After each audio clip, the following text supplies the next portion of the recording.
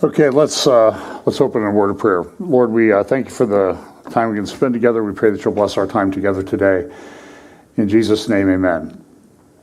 So today I'm going to call it change. I don't know why, just because that was the only thing I could think of at the last minute. I forgot to do anything.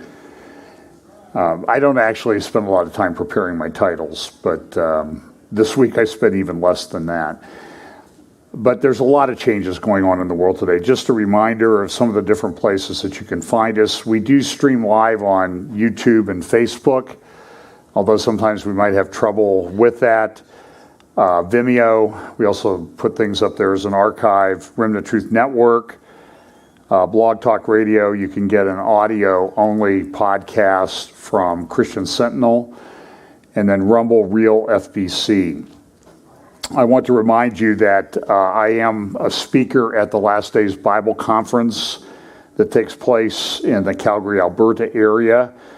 I was supposed to speak there in person last spring at the end of April. That, of course, had to be canceled because of this COVID thing. The one this year had to be canceled because the authorities had restricted the seating. They had a fairly large place that they were going to rent to hold the conference. And when it was all said and done, they could only hold 80 or 100 people, which made in-person not really economically practical. So if you go to ldbc.ca, there are links there on that homepage to speakers at the conference. Eric Barger, Mike Gendron, Isaac Gabazon, and myself. They played Eric Barger's and Mike Gendron's talks on April 28th, and you can click on that link, and then I'm on the April 29th, and then this week they'll do it on May 5th and 6th. So you can go and watch those if you want to. My two talks were the very viral variants of the apostasy virus and the deplatforming humanity. So I think they played the virus ones on April 20, the apostasy one on April 29th, and they'll play the deplatforming humanity one on May 5th or 6th. But Eric's talk was excellent, as was Mike's and Isaac's. So if you want to look at those, I would highly recommend those. And hopefully someday we'll be able to go there too. I was really looking forward to going. I hope my talks turned out okay. I was trying to record one at home to not too much put any burden on the people here, and I've had major problems with all sorts of different things on the computer. So they finally said, could you just record it at church? So last Sunday, Brian stayed over and we recorded. I did the deplatforming humanity one. And Brian said it didn't save at the end. So we had to do that one again. And then I did the apostasy one. So I was standing up here talking between first and second services and that for about five solid hours last Sunday, let alone all the time in between. But hopefully they came out okay. I was a little bit tired, and that made my preparation this week a little bit truncated because I was tired. We talk each week about the convergence of events and the things that seem to be coming more quickly and more quickly. And I talked a lot about that in the Deplatforming Humanity talk. We live in a very disruptive world, and we seem to be getting closer and closer to that time. One of the things, and I will remind you of this, that we live at a time where I think Christians are going to be persecuted more. I think that's going to come on the West. We've had a pretty good run of it for the whole time of the existence of the United States and most of the Western countries, but those things are changing very rapidly. Everything is changing very rapidly. But this is what Paul talked about, persecutions in 2 Timothy chapter 3, persecutions, afflictions, which came unto me at Antioch, at Iconium, at Lystra. What persecutions I endured, but out of them all the Lord delivered me. yea, and all that will live godly in Christ Jesus shall suffer persecution. So what's been the norm for us, I think, is going to rapidly change. So I'm going to take a look at some of the cultural, world, economic things that are happening. I'll take a little look at some examples of persecution and things that I think are going to lead to more persecution. And then we'll talk about the Middle East, because I think there were several things that happened this week, one of which I think was incredibly significant. And we'll also take a look back at some historical things from about 10 years ago to put some current comments into context.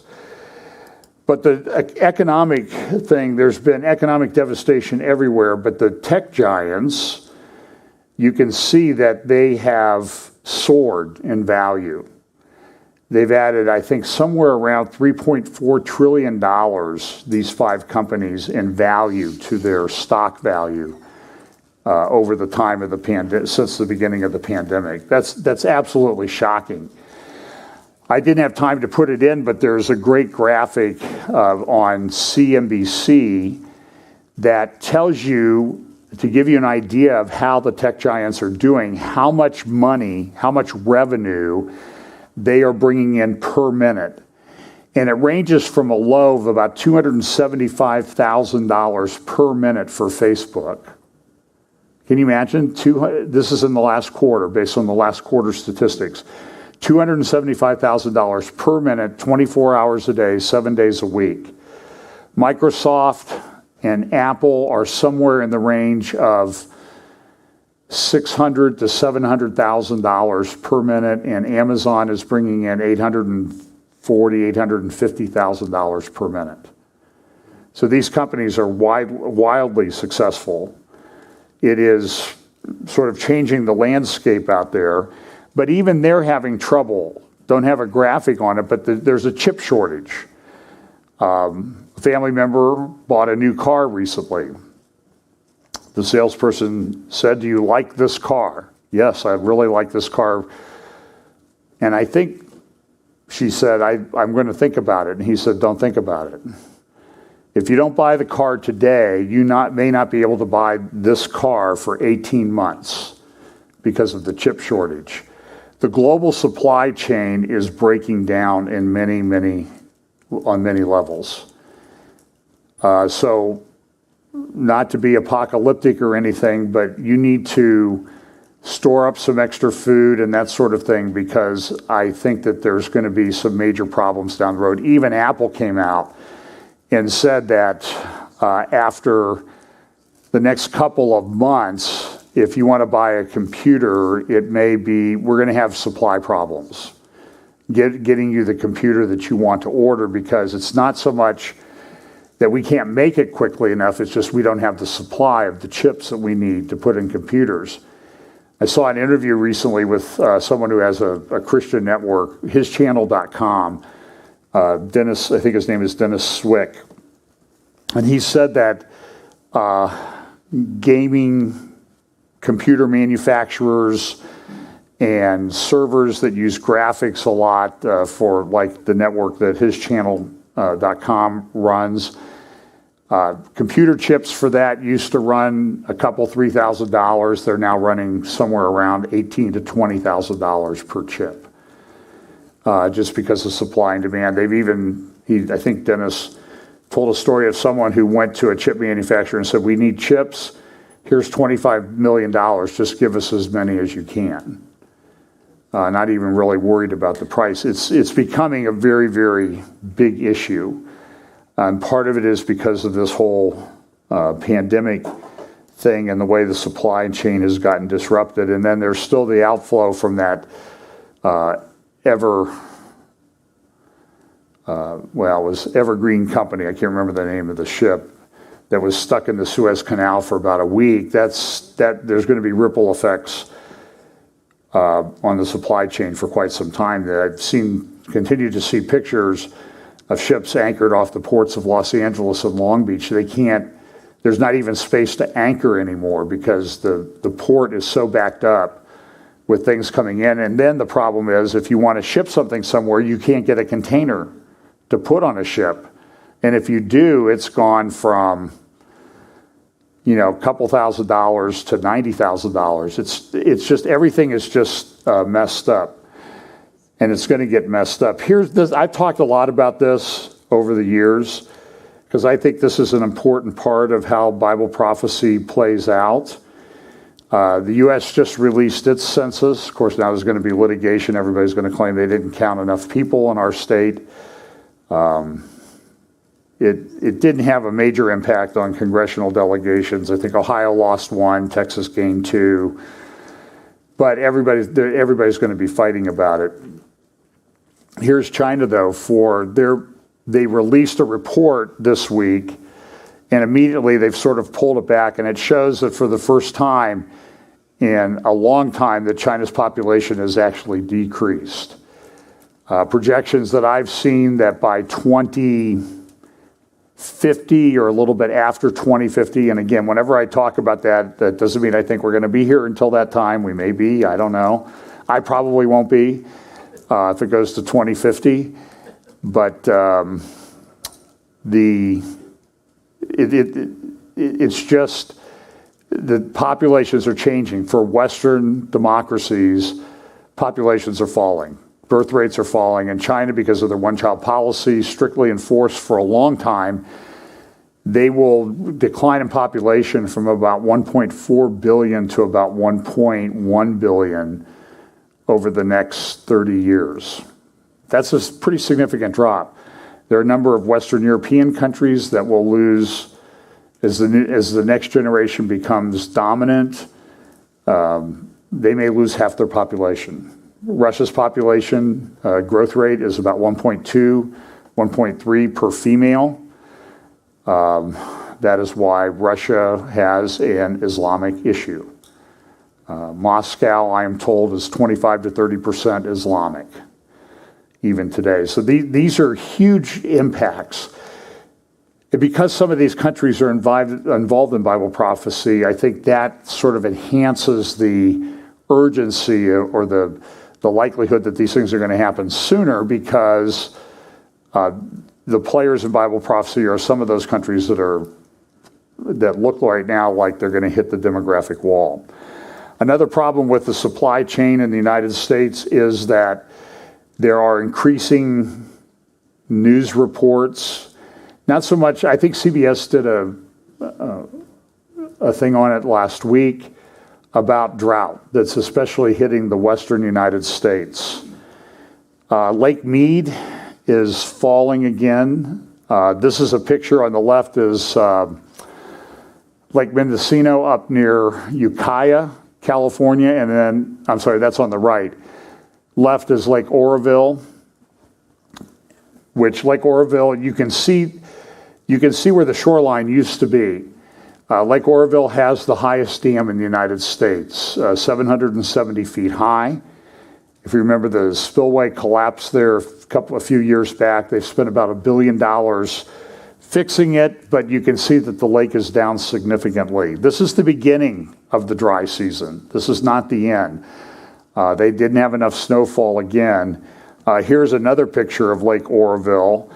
And you can see, I remember when we were in California back 5 or 6 years ago when they were in the midst of another drought, we drove by a lake near Visalia, California in the Sierras, and they had all of the houseboats jammed in. It looked like a little apartment complex in the middle of a puddle because the lake had just dropped so much. This is going to happen more and more.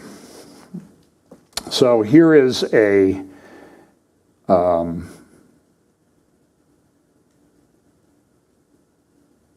article that comes out of Finland. I talked about this lady, and I apologize for fracturing her name because I don't speak Finnish. Pavi Räsänen. And you feel free to send me how do you pronounce Finnish. That's probably way out of my wheelhouse. But she is a member of parliament in Finland. She is Lutheran. She was a member of the Evangelical Lutheran Church. She, a few years back, posted, really took on the Evangelical Lutheran Church. I think she withdrew her membership because the leadership of the Evangelical Lutheran Church was not holding the line on the biblical, on what God's design was for biblical marriage.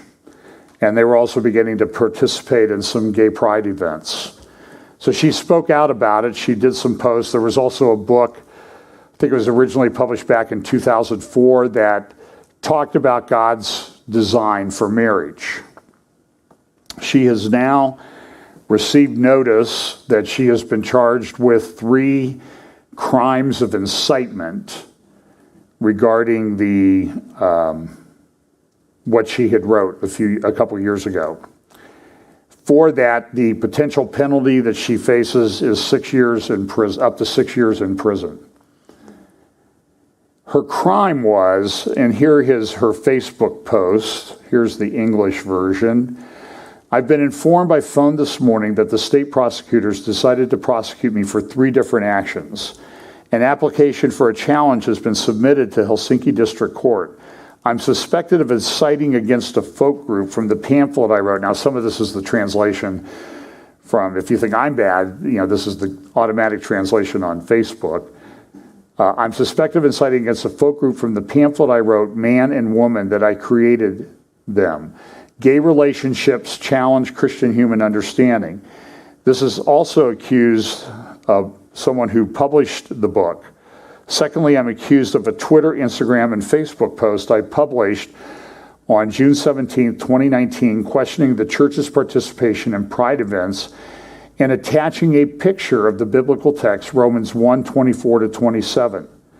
I am blamed for my statement in Reuben Stiller's December 19th, 2019 discussion program, what are Jesus' thoughts of gay people? She says this decision was surprising and even shocking. I don't think I'm guilty of threatening, slandering, or insulting any group of people. All of these questions of Bible teachings about marriage and gender, these accusations following my statements are essentially the question of whether you can display and express your conviction based on the traditional teachings of the Bible and Christian churches.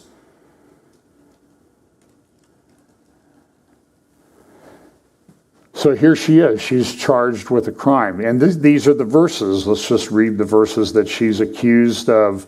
This was incitement to the Finnish prosecutor. Now, the understanding I have is that the prosecutor or someone in the justice office there has a lesbian daughter. And I think that might be what's driving the agenda on this a little bit. But these are the verses that she posted, a picture of. Wherefore God, Romans chapter 1, verse 24, wherefore God also gave them up to uncleanness through the lust of their own hearts, to dishonor their own bodies between themselves, who changed the truth of God into a lie and worshiped and served the creature more than the Creator, who is blessed forever. Amen. For this cause God gave them up into vile affections, for even their women did change the natural use into that which is against nature. And likewise also the men, leaving the natural use of the woman, burned in their lust one toward another, men with men, working that which is unseemly, and receiving in themselves that recompense of their error which was meet. Now I can assure you that this member of parliament, she will get no support from most of the churches in Finland. They're not going to stand up to this. Why? Because what this has done, whether she's convicted or not, the fact of the matter is that what the prosecutors and people who want to push this agenda want to do is they want to make everybody else think twice before they say anything that might be based on the biblical text. That they're trying to chill discussion on that issue. And this is the way the left operates. And the unfortunate thing is, very few pastors in the church will stand up to it because, well, I don't want to cause trouble for my church. We're just going to go along. So, we hope that those people might read the Bible and find out what it says, but they will never clearly declare it. There are, and I'm going to talk a little bit about Carroll Independent School District down in the Dallas, Texas area. But before that, I will also say that I was sent some textbooks, a link to textbooks I didn't have time to make slides of. I had so many things coming my way this week, it was pretty difficult to keep caught up. But someone in Finland, one of the Nordic countries, I guess I'll say, sent me textbooks that are being used in school there. And in those textbooks, it talks essentially about you're human, but we're going to evolve through artificial intelligence and things to something better. And this is in middle school textbooks. So, and I talked some about this in my Deplatforming Humanity talk. This is being talked about everywhere. It's not that it's sort of in the corners and you have to go looking for it. It's being taught to children in schools. And then you have the agenda of the transgender. You have kids being taught about, questioning their gender identity when they're 3, 4, or 5 years old. Do not think that when President Biden gets up and says, we want to start universal preschool for 3 and 4-year-olds, that this is being done for to instill in them the values that you have. The thinking is if we get them earlier, the brainwashing can start before they get anything put into their head about this. So I do think that parents are at the stage where they have to make I know it's a very difficult decision as to whether you're going to let your kids stay in these schools. I have to tell you also, though, that I've looked at things from different Christian schools around the country. I'm not sure that that's just saying that it's a Christian school. You need to look at what the curriculum is, what they're being taught at the Christian school as well.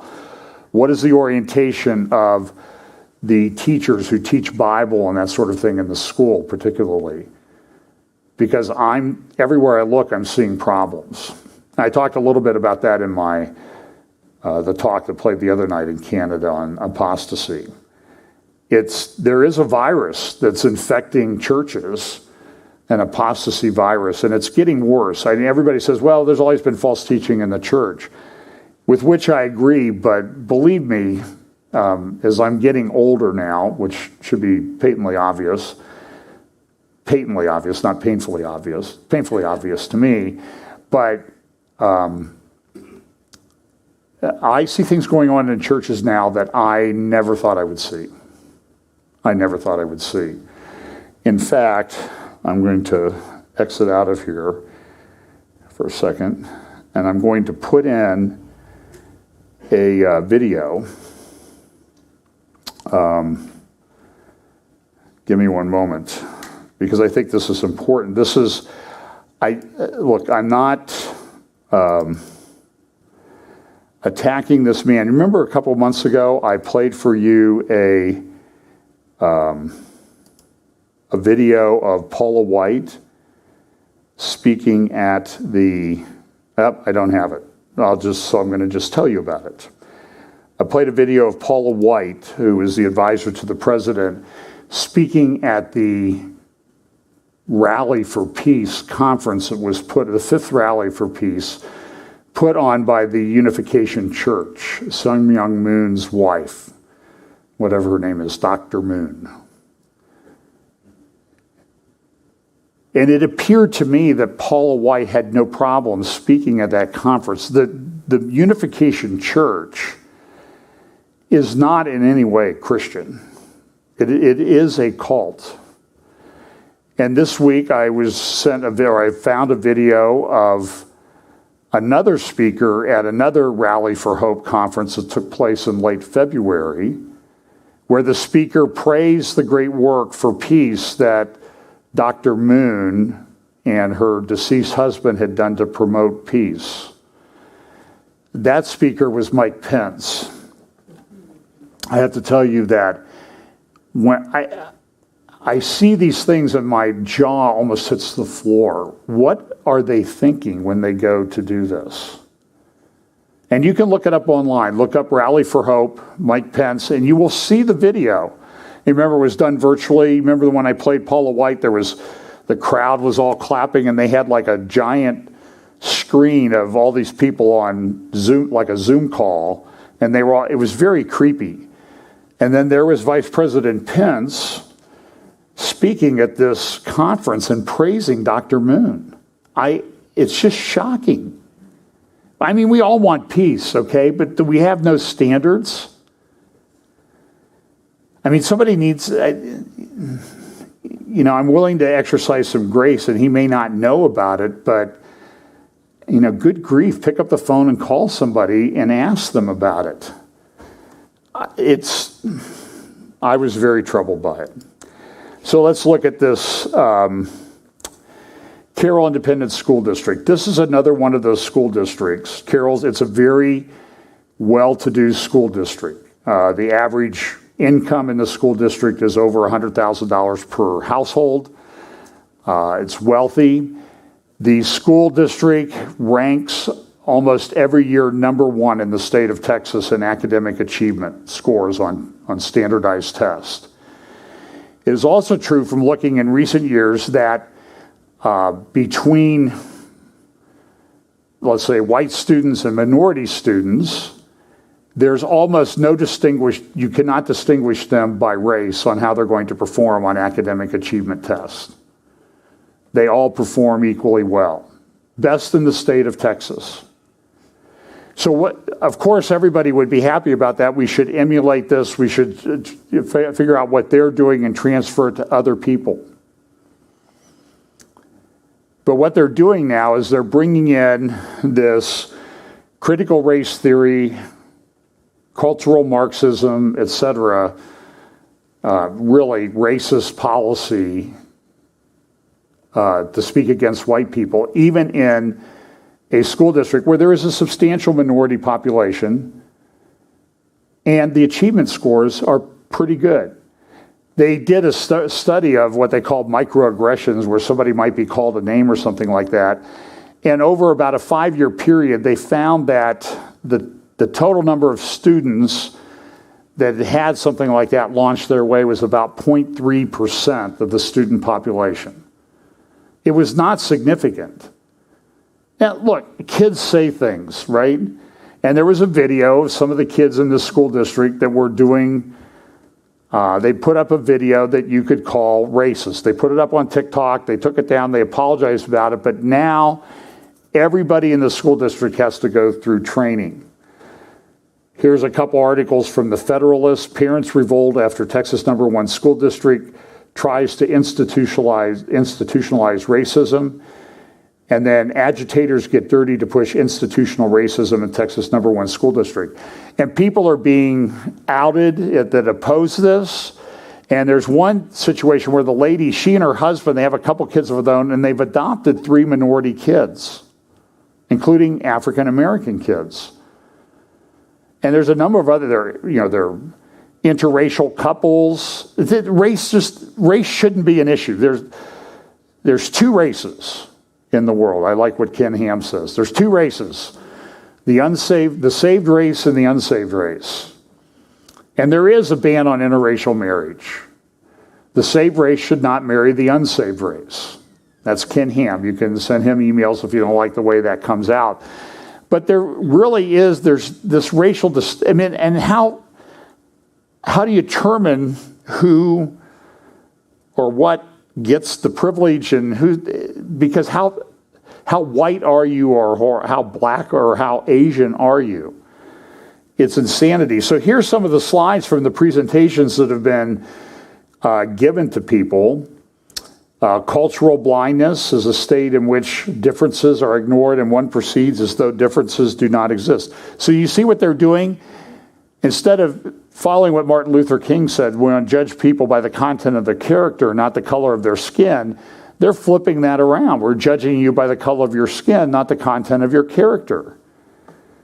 Microaggressions are described as everyday verbal or nonverbal snubs or insults, whether intentional or unintentional, which communicate hostile, derogatory, or negative messages to target persons based solely upon their marginalized or minority group status.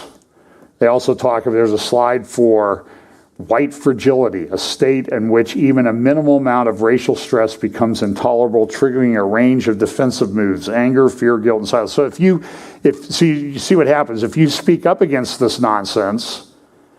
You're demonstrating white fragility, and you've got a problem, and you need therapy. They also have this developing critical consciousness. So this is sweeping over everything. I saw a video yesterday of a Zoom class at Cypress College in California. A student had presented a paper in which he defended the police as heroic in helping out our community. He was immediately taken to task by the professor, who said, you think police should be hero? We shouldn't have the police. We should defund the police. And the guy says, well, who are you going to call, professor, if something happens? She says, not the police. I don't trust them. Maybe my time is up. Maybe my time is up to die. It's a shocking video, but this is permeating everywhere these days. So we just need to be aware that it's happening. This is a article from the Wall Street Journal the other day. First human monkey embryos bring advanced ethics worries. Here, just listen to some of this from the article, and tell me that we don't live. I hope we live near the end of time. Imagine pigs with human hearts, or mice whose brains have a spark of human intelligence. Scientists are cultivating a flock of such experimental creations called chimeras by injecting potent human cells into mice, rats, pigs, and cows. They hope the new combinations might one day be used to grow human organs for transplants, study human illnesses, or test new drugs. In the latest advance, researchers in the US and China announced earlier this month that they made embryos that combine human and monkey cells for the first time. So far, these human-monkey chimeras is how it's pronounced, are no more than bundles of budding cells in a lab dish, but the implications are far-reaching, ethics experts say. The use of primates so closely related to humans raises concerns about unintended consequences, animal welfare, and the moral status of hybrid embryos, even if the scientific value of the work may be quite high. There were lots of breakthroughs in the experiments, said bioethicist Nita Farani of Duke University. A remarkable step has been taken scientifically that raises urgent questions of public concern. We need to figure out what the right pathway forward is to help guide responsible progress. But here's the problem. In a world where there are no standards, people are going to go ahead with these things anyway because of the potential economic and prestige that is associated with developing these things in this area. So that the cat's out of the bag now. I mean, if you think that now having an ethical discussion about this is going to stop people from going forward where they should not, this is scary stuff.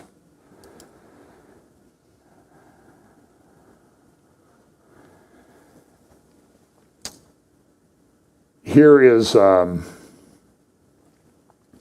story. I think this came out of the UK. Trans teen given 2 funerals after father continues to dead name. So what happened was this teen who was transitioning from one sex to the other, I can never keep it straight which way they're going, died. Not sure how. I think it was a male. He died.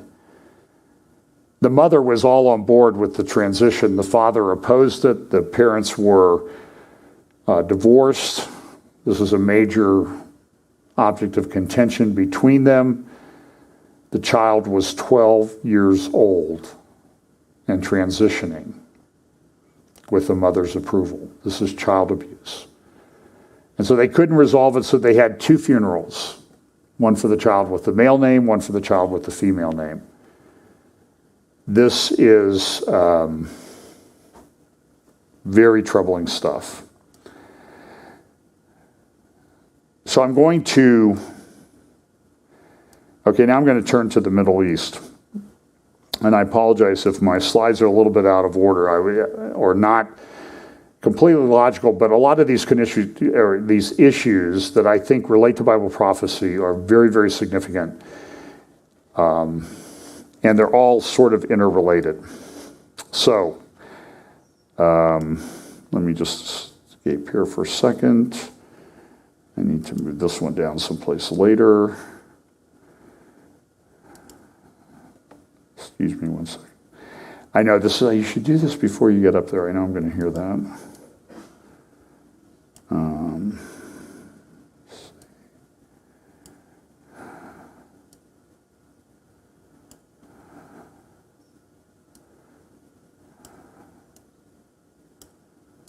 Okay.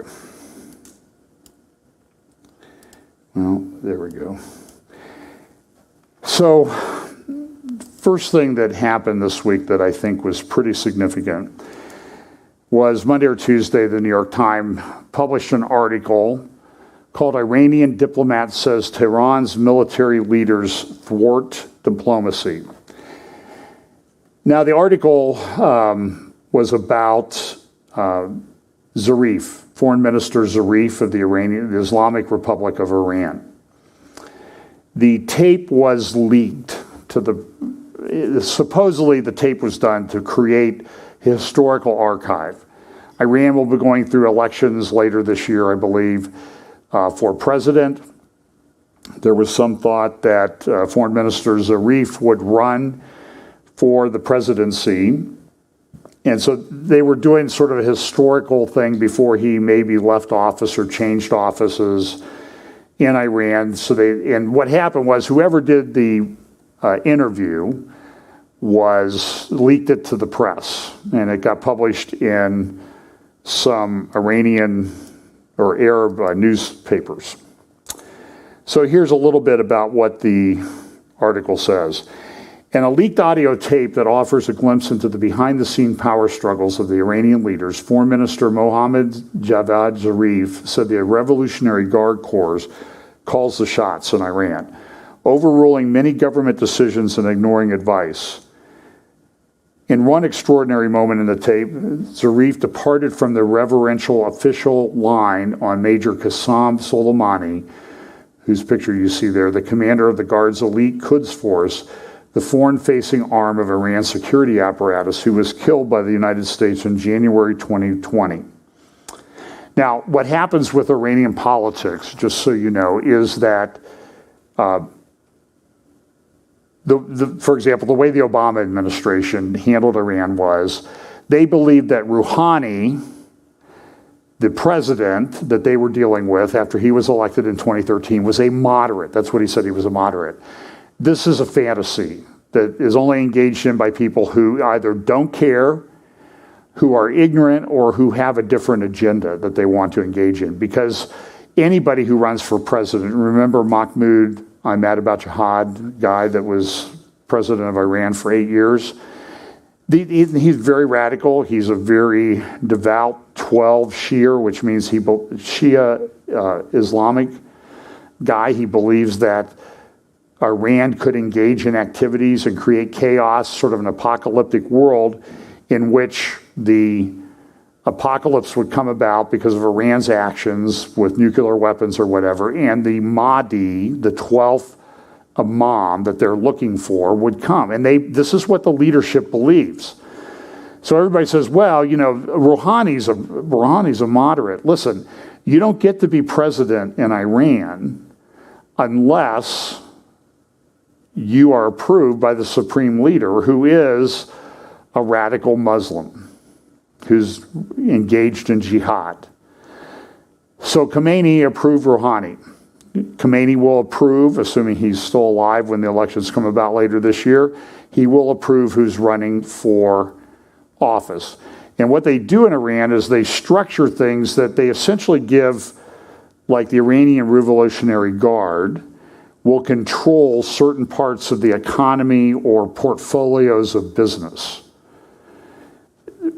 Khomeini himself, the leader, also controls portfolios of business. If you remember a few years ago, Rafsanjani, who I think was president of Iran for a while, he died a few years back. He was president of Iran, and during his time in office, he had amassed control of a fortune of somewhere around $25 billion. The Revolutionary Guard controls businesses, and their net worth, or what they control, is estimated to be somewhere in the range of $30 to $50 billion. Now, I'm not saying that these people live like kings. Khomeini, the supreme leader, is said to live very modestly, but he himself controls, through the structures that they've set up within their government, a fortune of somewhere around $80 to $90 billion. That puts him in sort of above Warren Buffett in Bill Gates' territory. Now, he doesn't personally benefit from it, but they use that to buy people off, to get them on board with their agenda, to get them to do things. So it's a very corrupt way of running a government, and this is what they excel at. So Zarif noted this in the interview, and he said, listen, General Soleimani, Mr. Zarif said, undermined him at many steps, working with Russia to sabotage the nuclear deal between Iran and world powers and adopting policy towards Syria long war that damaged Iran's interest. Zarif said this, in the Islamic Republic, the military field rules. I have sacrificed diplomacy for the military field rather than the field servicing diplomacy. What this means is that the radical Iranian Revolutionary Guard, guys like Soleimani, are in charge of a large chunk, really the foreign policy portfolio of Iran. Zarif himself is just a front man, and he will get overruled at times. Now, I will give Zarif credit. He is an incredibly intelligent man, and he is, I'm not sure there's a smoother talker on the world stage today than Foreign Minister Zarif. So the article in the New York Times goes on to say this, the audio was leaked at a critical moment for Iran as the country is discussing the framework for a possible return to a nuclear deal with the United States and other Western powers. Talks through intermediates have been taking place in Vienna. It is unclear what effect, if any, the revelations will have on those talks or on Mr. Zarif's position. The recording of a conversation in March between Mr. Zarif and an economist named Saeed Leilaz, an ally, was not meant for publication, as the foreign minister can repeatedly be heard saying on the audio. A copy was leaked to the London-based Persian news channel Iran International, which first reported on the recording and shared it with the New York Times. On it, Zarif confirms what many have long suspected, that his role as the representative of the Islamic Republic on the world stage is severely constricted. Decisions are dictated by the supreme leader or by the Revolutionary Guard Corps. And listen, this, to anybody who's been following Iran, this is not a surprise. If you have looked at how Iran runs things, the supreme leader is the supreme leader. His enforcement arm is the Iranian Revolutionary Guard.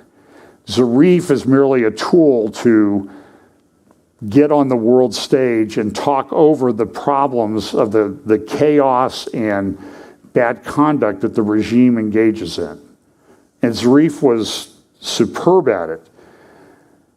But the other interesting thing, he did praise Soleimani. You can see pictures online of them working together. But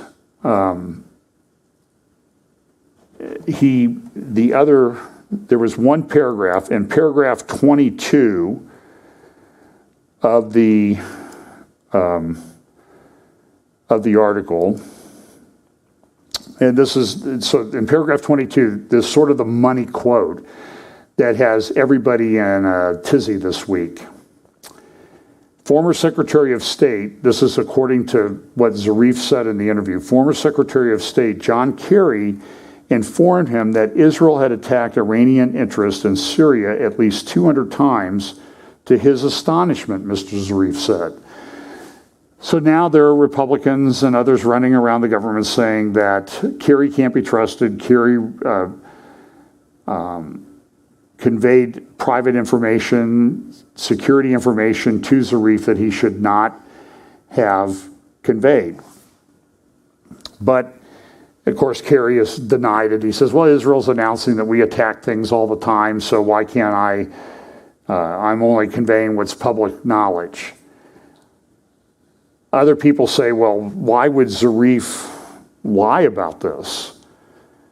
And that becomes the question. I'll talk a little bit about that in just a moment. The way the Iranians operate is you need to understand is that everything with Iran, every action that they take with testing of drones or missiles or videos of missiles in underground silos and information about their nuclear program, all of Iran is always negotiating by everything that they do. They're always trying to move the ball towards having the West capitulate to what they want.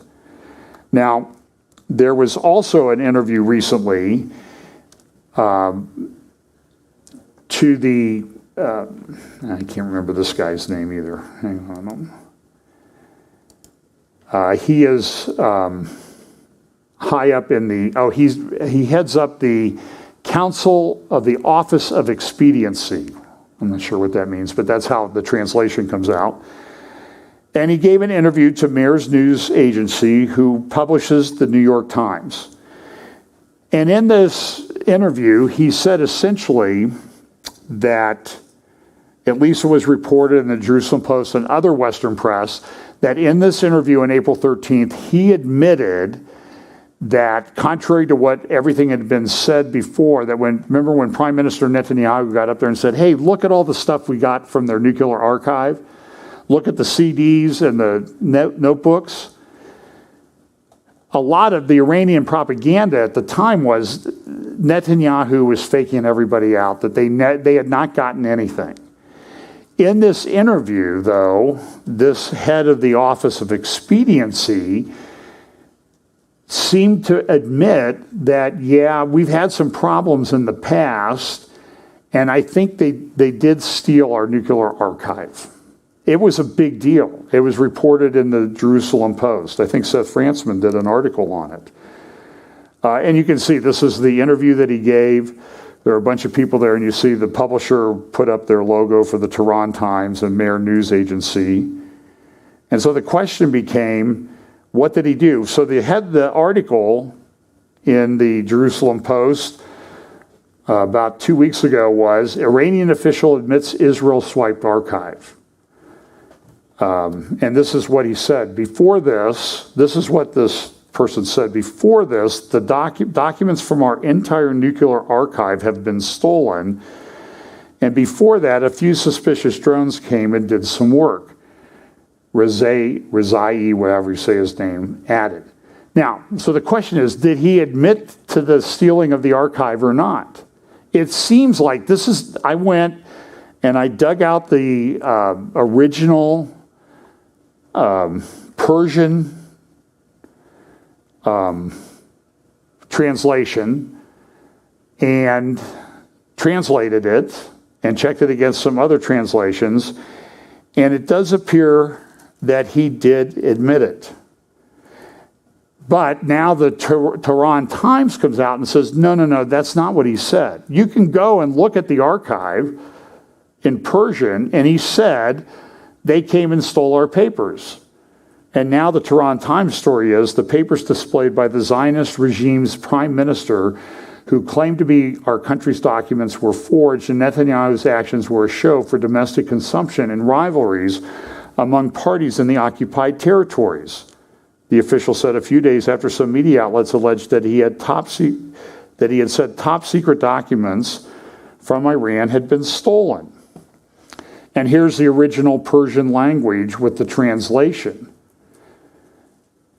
Moshe Rezai, Secretary of the Expedient Discernment Council, told Mayor in response to a question that you tweeted about the Natanz incident, emphasizing the need to improve security and give warnings about economic spies. He says this, and then he goes down. He added, before this, documents from our entire genetic series have been stolen, and before that, a few suspicious birds came and did some work. So it appears that he admitted that this is what happened.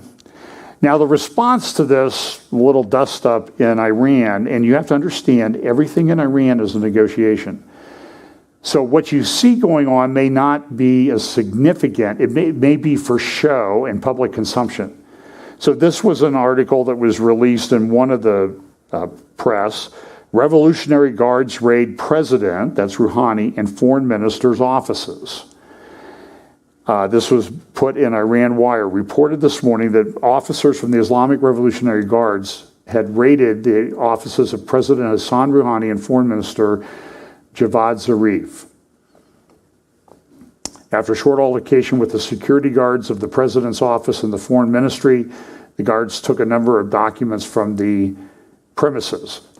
Now, the question is, was this really that they're going after Zarif, that he had said something he shouldn't have said? Or is this for show? The Jerusalem Center for Public Affairs has an article, and there's been a number of articles, and the suggestion in these articles is, look, Zarif may not be running for president. They may have decided you're not running for president. In fact, there's going to be something that you do, like reveal something you shouldn't reveal, and you're going to end up in the West in exile, like other Iranians have done in the past. But when you get to the West, of course, everybody's going to see you as this victimized individual. They're going to believe everything that you say, and you will be much more effective in the West in exile, defending the Iranian regime or covering over what they've done, than you would be if you were the foreign minister of Iran. So a lot of people think, and I think there's some truth to this, that they are going to do this. So what it would do is it would give Zarif a reason not to run in the election. He would be exiled to the West, and he would be a better propagandist there than he already is. Here's this picture of Kerry and Zarif are very close. You can find information about that Kerry's been very close to Zarif ever since they were, Kerry was on a foreign relations committee of the U.S. Senate. And this is an editorial cartoon that shows that, Uncle Sam is using, this is again to kind of denigrate Zarif a little bit, Uncle Sam is using him as a prop. This is an article from Foreign Policy. It says, Israel's attacks in Iran are not working. They've been doing all these things. They've been hitting ships. They've been hitting Natanz. They've had, according to what Kerry told Zarif, a couple hundred Israeli attacks on targets in Syria. There's probably more than that. And they're just not working.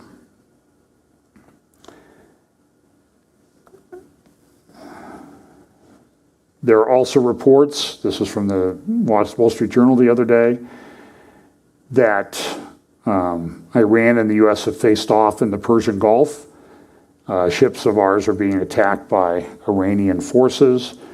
Below that is also a troubling article that's kind of unrelated. Mobile phone data puts U.S. forces at risk.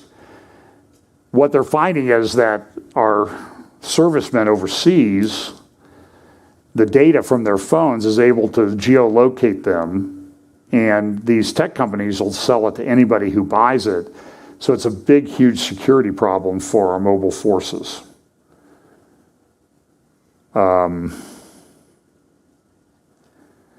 So there's a lot of controversy about what's going on with Zarif. And I want to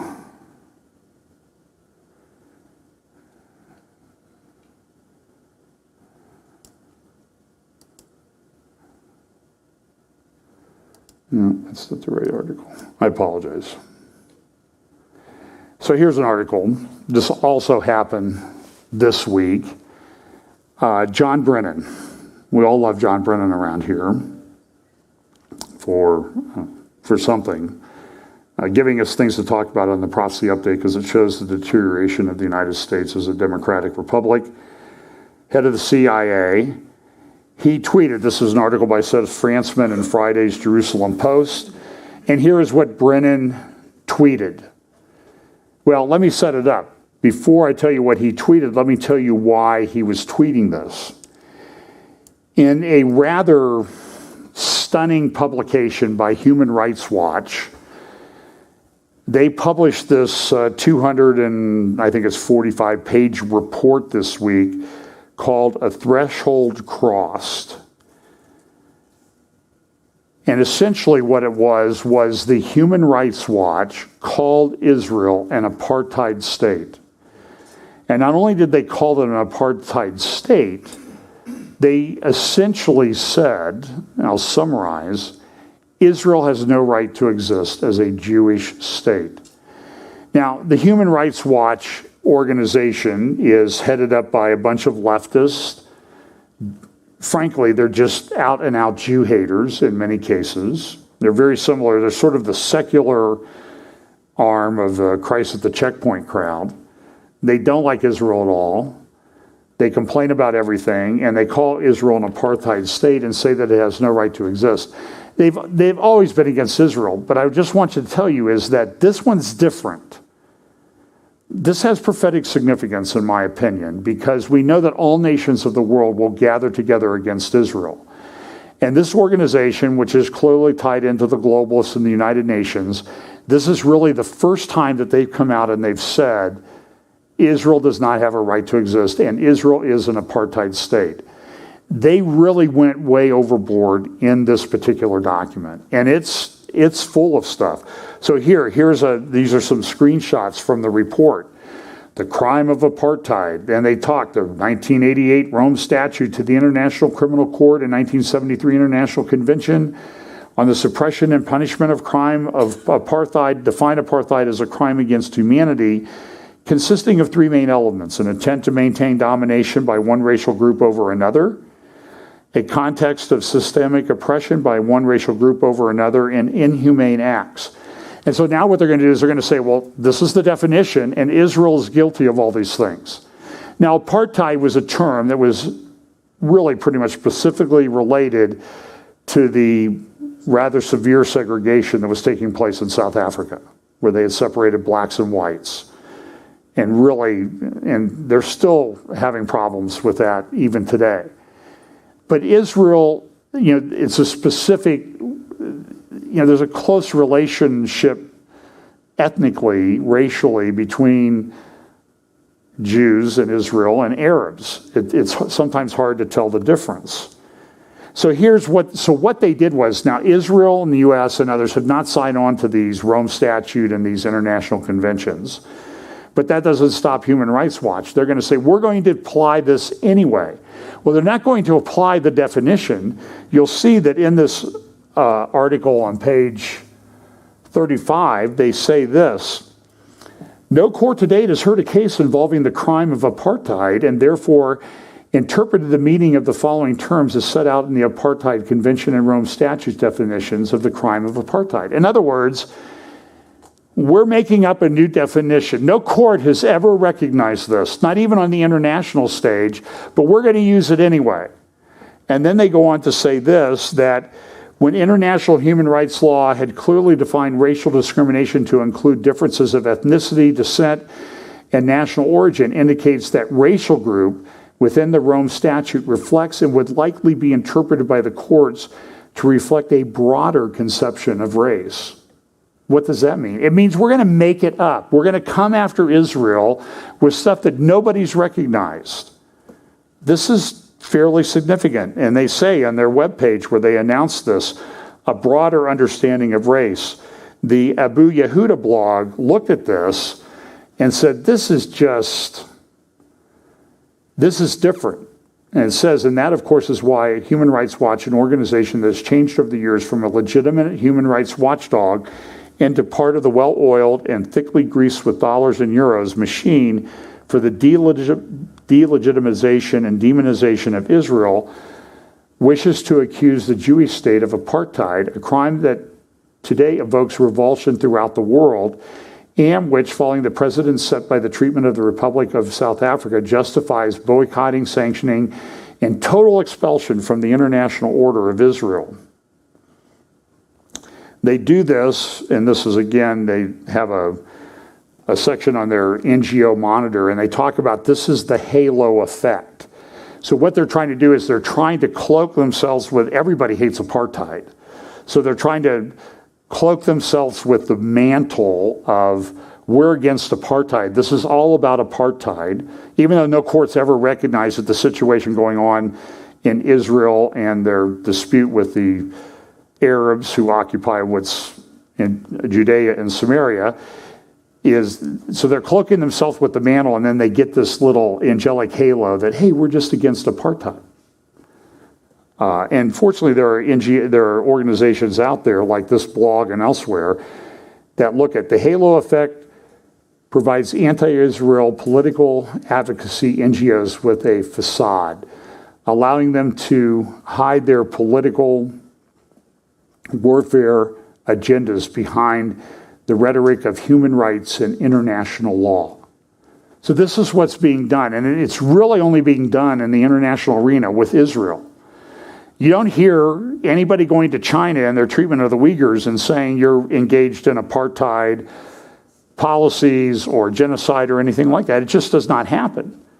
So the only country in the world that they do this with is Israel. Now, where this becomes a little bit more important is with regard to the United States.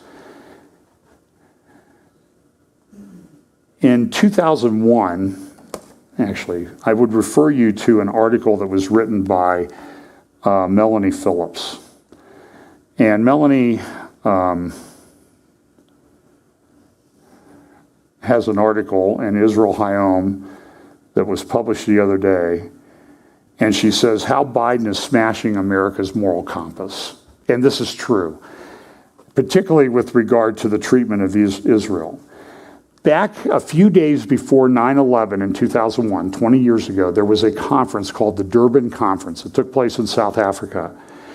The conference degenerated into a horrific example of anti-Israel hatred, anti-Jew hatred. People at the conference were given copies of a book called The Protocols of the Elder of Zidon, which is a forgery made to look like to foster the belief that Jews are trying to control the world and subjugate everybody else under their power. It's a complete forgery. It's false. It's a fraud. I mean, it's a real book, but it's not based on, takes maybe little snippets of fact and builds them into this great conspiracy theory. So the Durban Conference was so bad that the United States refused to participate. This was just a few days before 9/11. U.S. never signed on to it. Canada, other countries never signed on to it. They've had a couple Durban conferences since. They had one on the 10th anniversary, and even the Obama administration refused to participate in what was going on. Melanie Phillips says, this is what she says, that evidence concerns the infamous 2001 UN World Conference Against Racism, Racial Discrimination, Xenophobia, and Related Intolerance that was held in Durban, South Africa a few days before the 9/11 attacks. This was an eye-watering anti-Israel, anti-Jew hate fest whose sole purpose was to demonize and delegitimize Israel under the Orwellian banner of human rights, which erupted into openly Nazi-referenced anti-Semitism. She talks about the protocols of the Elders of Zion. Leaflets saying Hitler should have finished his job circulated at the conference along with flyers depicting him asking, what if I had won? And receiving the answer, there would be no Israel and no Palestinian bloodshed. So when that conference came up for renewal, or anniversary in 2011, its 10th anniversary, I think this was the third Durban conference, even the Obama administration said, no way, we're out of here, we're not participating in that. Now, a few weeks ago, here is a press release from the U.S. Mission to International Organizations in Geneva talking about, with somewhat approval, of the upcoming fourth Durban Conference, which will take place in September on the 20th anniversary of 9/11 and of the first Durban Conference. And so Melanie Phillips is correct when she says, what is going on? What has happened to the U.S. administration that they have allowed this? And the answer is, whoever's in charge, I don't know if the guy who stood in front of Congress the other night is totally in charge. I think something is going on. I know it sounds like I'm losing my mind, I'm engaged in conspiracy theories. But what is being done is a systematic dismantling of the moral compass of the United States, particularly in its treatment of Israel. And Melanie Phillips points that out very well in her article in Israel Hayom the other day, on Friday. Now there is yet another further attempt to re-weaponize Durban. In September, the United States plans to hold a 20th anniversary meeting where the original declaration will be confirmed. Shocking as all this is, it makes perfect sense in light of the Democrats' embrace of intersectionality and identity politics. So do you understand that the racial stuff going on in the schools, that we see in the streets, that is totally ignored by the president? He talks about white supremacy and the one event that people did the wrong things and ignore it. Did he mention anything about what's going on in Portland, Seattle, St. Louis, Texas, Baltimore? Did he talk about how police are resigning by the hundreds?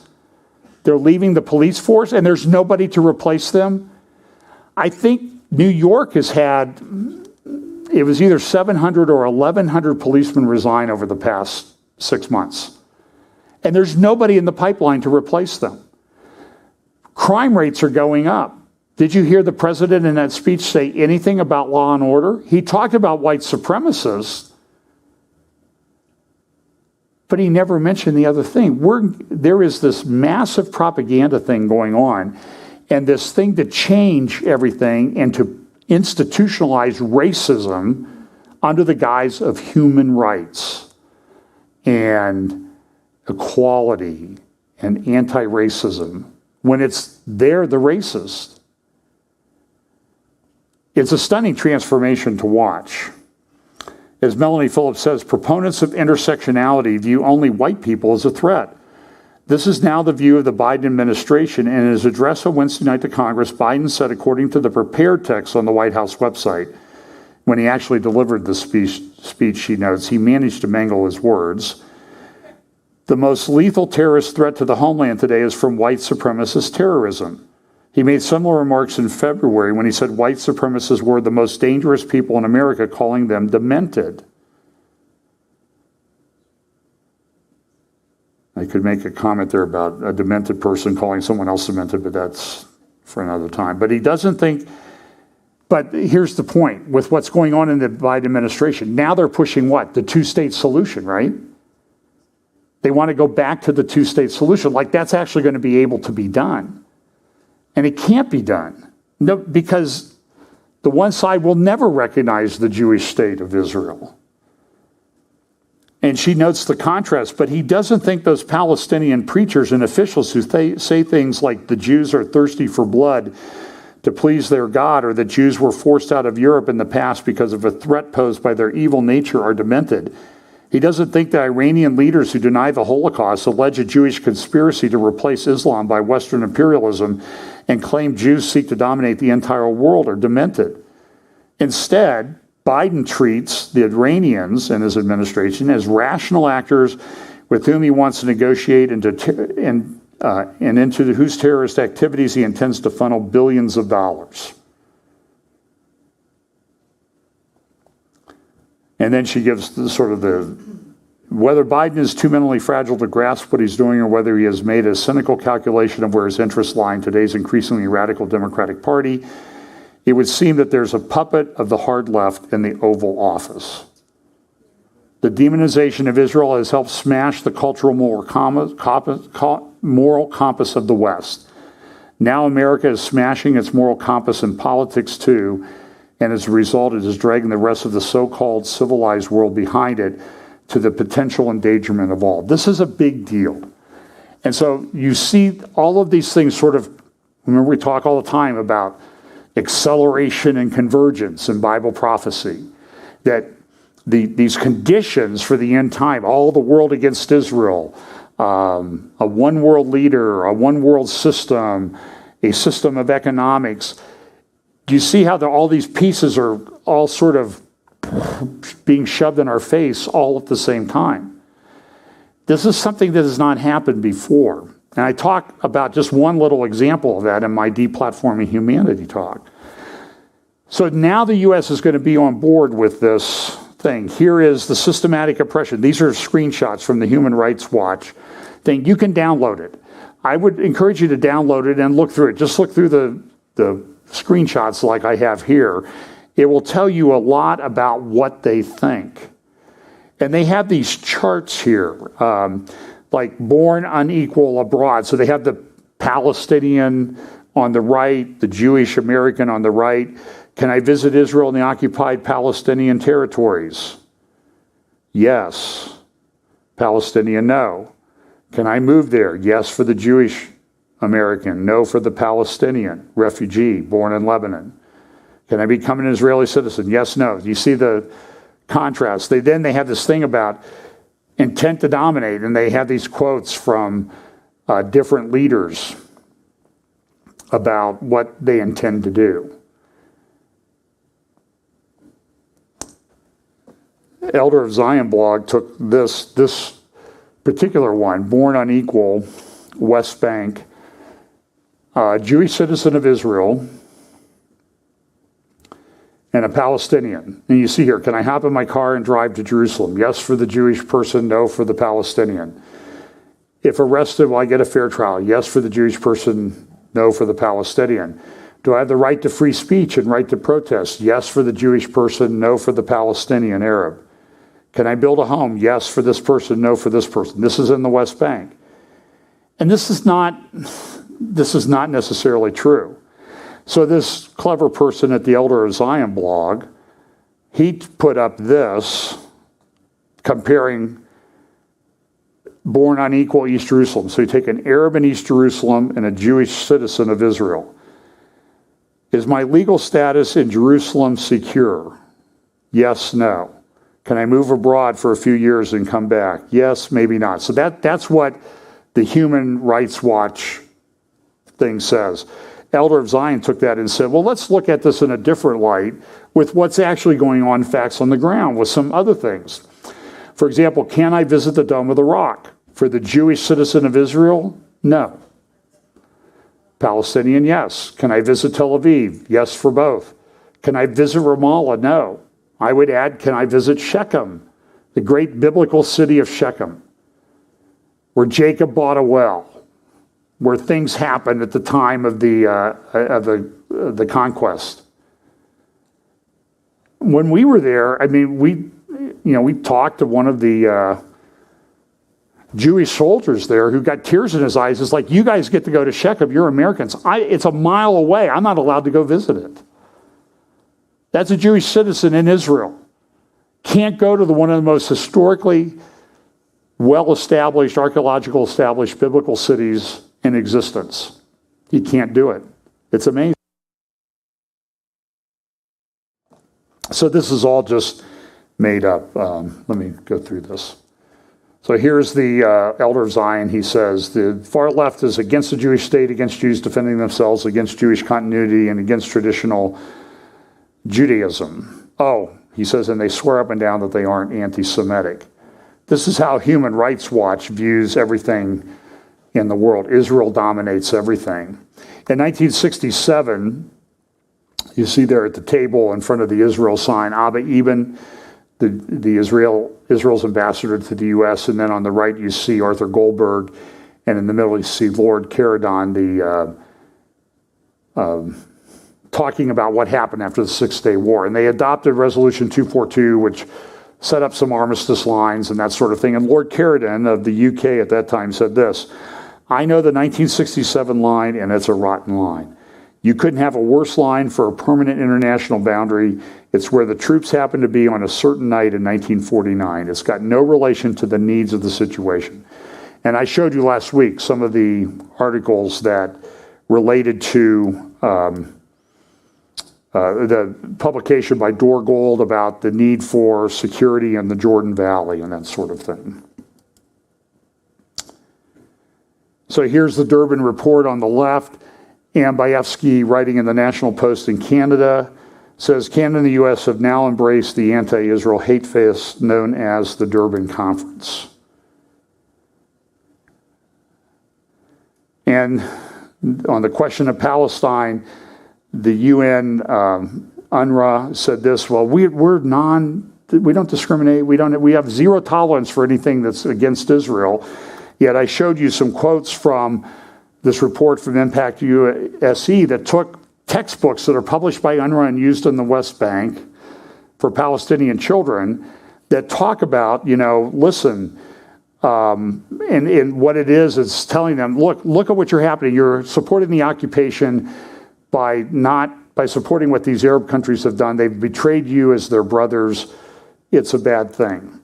So Seth Fransman has a great article about, in the context of all this, now you have John Brennan, former head of the CIA, tweeting about this Human Rights Watch report. And he says this, I always find it difficult to fathom how a nation of people deeply scarred by a history replete with prejudice, religious persecution, and unspeakable violence perpetrated against them would not be the empathetic champions of those whose rights and freedoms are still abridged. Still abridged by who? And so he wrote an editorial opinion that was at the New York Times website, and he talks about the Abraham Accords and that time, saying, I just don't understand how Israel is not why they're doing to the Palestinians what the Nazis did to them. That's what he's saying.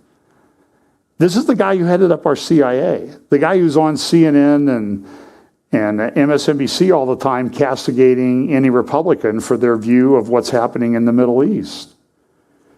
I want to quote to you what he said in February 2010 when Brennan spoke on national security. At the time, he was the director of the CIA and assistant to the president on national security for Homeland Security and counterterrorism. And he went to NYU and he gave a little speech. I played it years and years ago when I did an update. And he praised Ingrid Mattson. Who is Ingrid Mattson? She used to head up the Islamic Society of North America over in Plainfield, Indiana, just outside of Indianapolis. You can see it on Interstate 70 when you drive west. It's right there on your right-hand side outside of the Indianapolis Outer Belt. And this is what I get Kerry and Brennan confused, easy to do. But this is what Brennan said at that NYU speech. Thank you, Dr. Mattson, for your very kind introduction as well as your leadership as an academic whose research continues the rich tradition of Islamic scholarship and as president of the Islamic Society of North America, where you have been a voice for the tolerance and diversity that defines Islam. What planet did this guy live on? ISNA, the Islamic Society of North America, I believe was identified in the Holy Land Foundation indictment as a co-conspirator on Islamic terrorism. And this is the head of the CIA. Knowing this, he goes and he praises the head of that organization. And she's a radical. Now, why did Brennan say this? I'm going to play about 2 minutes of a clip of his, because I want to put it in context where this guy is coming from. So here is what he said in his speech at NYU. Thank you on a more personal level for the opportunity to convey my respect for a faith that has helped to shape my own worldview.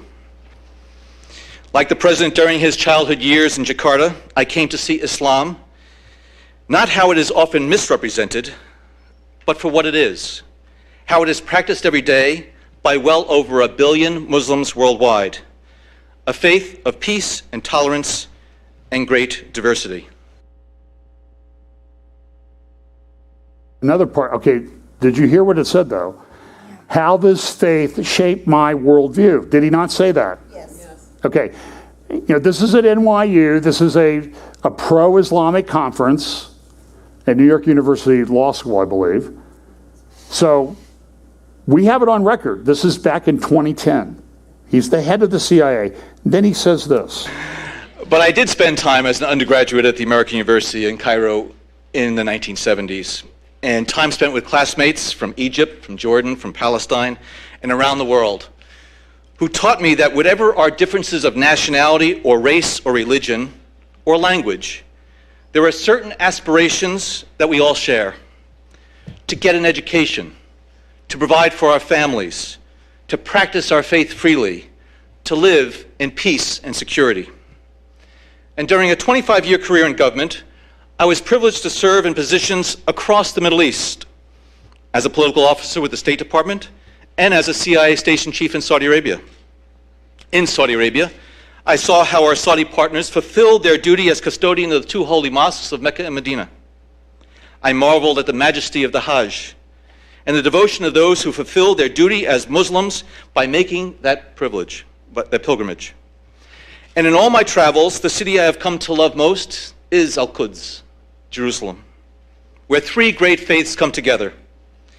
So much attention is paid to the divisions in that wonderful city, but you can't visit those holy places, the Church of the Holy Sepulchre, the Wailing Wall, the Dome of the Rock, and not know that these faiths can and will live in peace.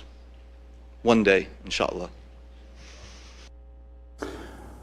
Now, a lot of people listened to that speech and said, this confirms what we've long believed, that he converted to Islam. And when he's talking about the Hajj, I will remind everyone that these are the road signs on the road to Mecca.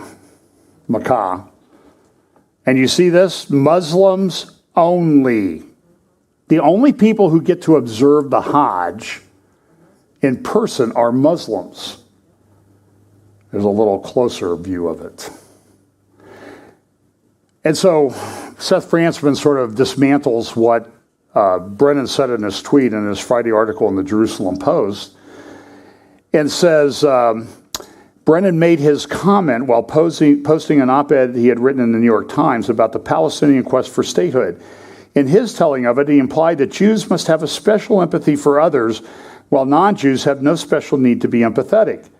Brennan has not made similar comments about other victimized people, such as African-American descendants of slaves in the U.S., nor has he held other countries to a higher standard based on the ethnic and religious origins of their citizens. Brennan's attack on Israel, and make no mistake about it, people, it was an attack, based neither on universal values nor on international law, is not unique. Others have made similar comments. And he goes on to relate some of those. Great article by Seth. I highly recommend that you go and get it. He says this in his concluding paragraph: after the Shoah, the Holocaust, the demand shifted to demanding perfection from them and their capacity as a sovereign state. These demands always benefit the Western narrative, which can shift blame to the Jewish state for not behaving according to a Christian standard of personal morality, which no Christian state has ever imposed on itself or others. The Brennans, Deans, and Wards of the world would do it better to hold first themselves and their community to a higher standard, rather than treat every abuse in the US or UK as the responsibility of a few bad apples. It's a great article. Now, at the Foundation for Defense of Democracies, and then in some other articles written by Caroline Glick, which I don't have time to get into this morning, does Israel lie America into wars? And the question, because this is what the view is coming out of the Obama White House now, that the only reason we're involved in the Middle East is because Israel has lied us into these wars. The Jews, the Jews, the Jews. I mean, the Obama administration sounds like certain Christian apologists that claim they're giving you true news when they actually give you some good news from time, or important news from time to time, but they always sort of wrap it in this anti-Israel, anti-Jew cover. And so in the article by Tony Badrin in the Foundation for Defense of Democracy's blog, he relates a thing about a current nominee for Undersecretary of Defense for Policy named Colin Kahl. And so what happened was, I think I got my... After Zarif came out and said, or no, after the guy that, the Iranian guy from the Expediency Council came out and said, they stole our nuclear archive. Colin Kahl, and a lot of Arabs around the world said, yeah, we knew this was true all the time, that they really had this that was stolen. They were just putting up a propaganda front and lying about whether this was a nuclear archive. Colin Kahl, this guy who's now nominated to be the Undersecretary for Policy for the Pentagon, the number 3 civilian at the Pentagon, comes out and says, let's see what this is, but this sure has an eerie pre-2003 Iraq vibe to it. And so what Badrin says is, listen, Colin Kahl is like the only guy in the world who believes that Netanyahu is making it up when he revealed that thing. And he's the guy to be in charge of the policy part of the Pentagon. Do you understand how serious this is? Ted Cruz at hearing in Congress the other day in the Senate to confirm Kahl had this to say. Today to speak about Colin Kahl, the President's nominee to be Undersecretary of Defense for Policy. The most basic responsibility of our government and our military is to protect the national security of the American people, which requires helping our allies and constraining our enemies. The Pentagon's policy chief is responsible for those evaluations. Unfortunately, I have come to believe that Colin Kahl's judgment is irreparably marred by obsessive animosity towards Israel. I can think of no other way to explain his years of consistently wrong views regarding the Middle East.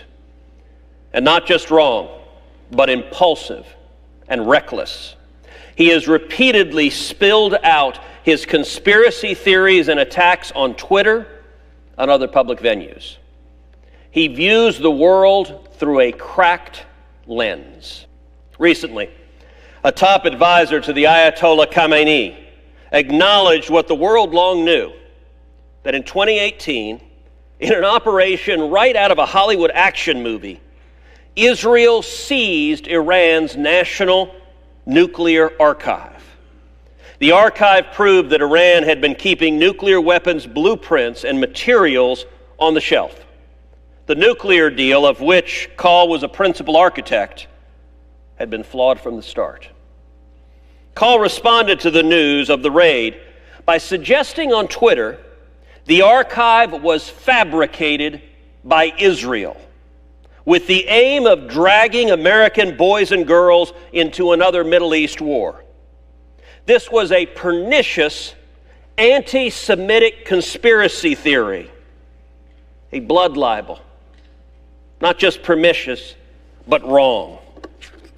That was not the only time Kahl leveled troubling conspiracy theories about Israel and Iran. He suggested on Twitter that Trump's policies regarding the Iran deal and Jerusalem were linked to donations from Jewish billionaire Sheldon Adelson. This is not the judgment of anyone who should be anywhere near power or policy. Another decision the Trump administration made was to move our embassy in Israel to Jerusalem.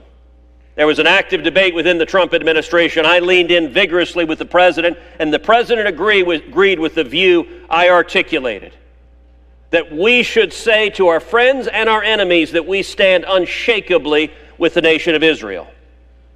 Kahl spent years fighting against that move, fighting against moving our embassy. According to reports from 2012, Kahl was personally responsible for trying to remove language from the Democratic Party platform embracing Jerusalem as the capital of Israel. And that's true. Now, he may be approved, confirmed by the Senate for that policy position in the Pentagon. Make note of everybody who votes in favor of this guy. Make a note of it and remember it when the next election comes up. This is egregious. And again, this is that Twitter post that Kahl put up back in 2018 when the archive was released. So let me see here.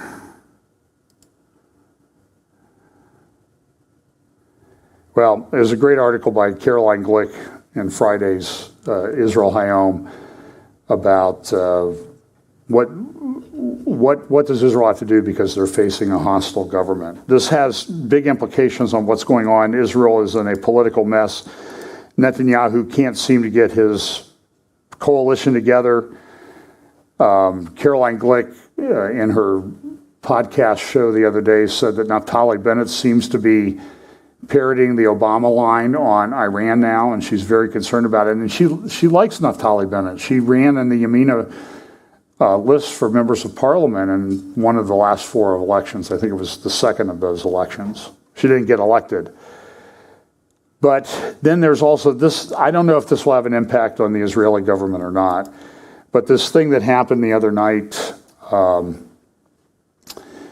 in northwestern Israel at the tomb of a Jewish rabbi, mystic, Kabbalah rabbi. Orthodox Jews gathered in the largest religious gathering in Israel since the beginning of the COVID pandemic. And during the course of this, this is a graphic from the New York Times, they were in the bleachers up at the top. There were 100,000 of them there. The tomb is there to the right, where this rabbi is buried. And so these Orthodox Jews, ultra-Orthodox in many cases, go and they have a party. And so at this, there's a little choke point as they're exiting. They come down that ramp and they hit these stairs, and the ramp gets slippery. People are spilling water and everything. And people, at the end of that ramp, everybody kind of piled up. And there was a stampede, and 45 were killed. Mostly, here's a little bit of a video of it happened in the middle of the night, about 1 a.m. in the morning. They had a bonfire, they were there, and you can see it's just a mass of people. It's mostly male because the ultra-Orthodox are very segregated sexually. So here they are coming down the ramp, and right there where they're supposed to go down the stairs, some people started to fall. And again, the crush of people just kept building, and 45 were stampeded to death, and there's a number in very critical condition. They try to get the bodies buried. They don't usually embalm them in Israel, but some of them, they're not able to have the funerals because the Shabbat started, so they'll have to have funerals today. Very tragic situation. There's going to be a lot of blame. One of the interesting things, one of the troubling things about this was in Lebanon, Hezbollah supporters just across the border were posting pictures of this, a picture to lighten up your day. Made my day. Here's another one. Essentially, she says, boy, this is a good thing. This was a really good thing that happened.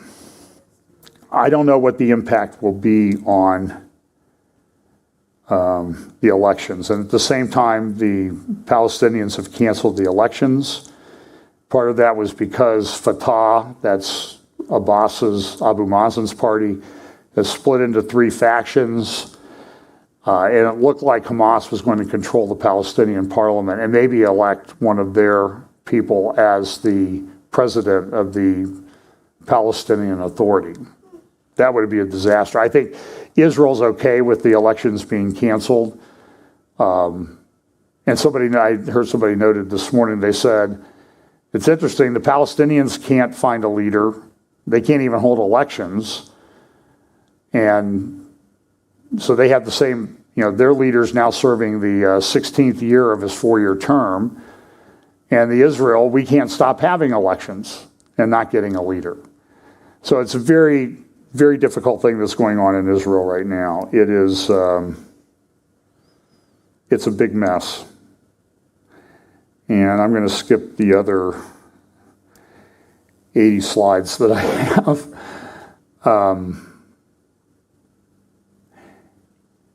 One last slide.